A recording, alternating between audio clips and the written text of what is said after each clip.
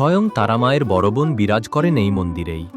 এমনকি সাধক বামদেবের সাধনাস্থল ছিল এই স্থান।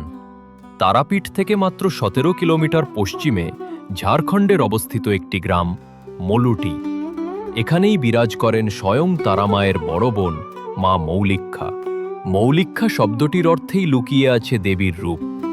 মৌলি মানে মাথা আর ইক্ষা মানে দর্শন। এখানে দেবীর কোনো পূর্ণ মূর্তি নেই, আছে শুধু এক লাল রঙের দেবী মাথা, যা মন্দিরের দেয়ালে স্থাপিত। এই দেবী মূর্তি রাজপরিবারের প্রধান আরাধ্যা ছিলেন। দেবী মৌলিক্ষাকে পূজা করা হয় সিংহবাহিনী দুর্গা রূপে, রুদ্র আর মাতৃত্বের এক অনন্য মিশ্র রূপ হিসেবে। 1857 সালের দিকে সাধক বামদেব এখানে পুরোহিত হয়ে এসেছিলেন। মামার বাড়ি থেকে ফিরে তিনি মলুটির জমিদার বাড়িতে পুরোহিত হিসেবে কাজ শুরু করেন। কিন্তু সাধক স্বভাবে আত্মভোলা বামা সংস্কৃত মন্ত্র মুখস্থ করতে পারেননি। ফলে পুরোহিতের কাজের চেয়ে তার মন পড়ে থাকত মৌলিক্ষা মায়ের মন্দিরে।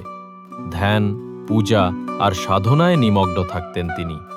ক্রমে তার ভক্তি ও নিষ্ঠায় মুগ্ধ হয়ে জমিদার পরেশনাথ রায় তাকে সাধক রূপে মান্যতা দেন।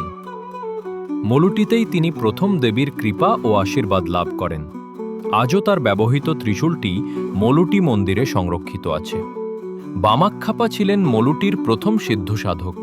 তারপরেও বহু মহাসাধক ও সাধিকা, ইটে গোসাই, কঙ্কালী বাবা, আনন্দময়ী মা প্রমুখ এখানে এসে মা মৌলিক্ষার দর্শন ও সাধনা করেছেন। মলুটি একসময় ছিল 108টি টেরাকোটা মন্দিরের গ্রাম।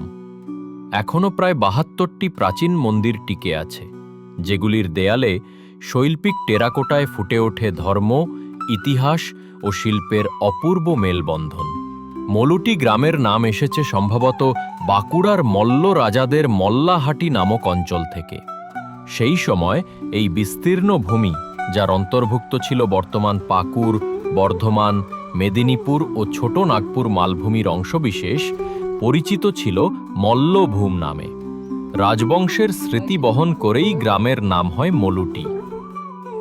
এই রকম আরও তথ্য জানতে ফলো করুন আমাদের ফেসবুক, ইনস্টাগ্রাম এবং ইউটিউব চ্যানেলে।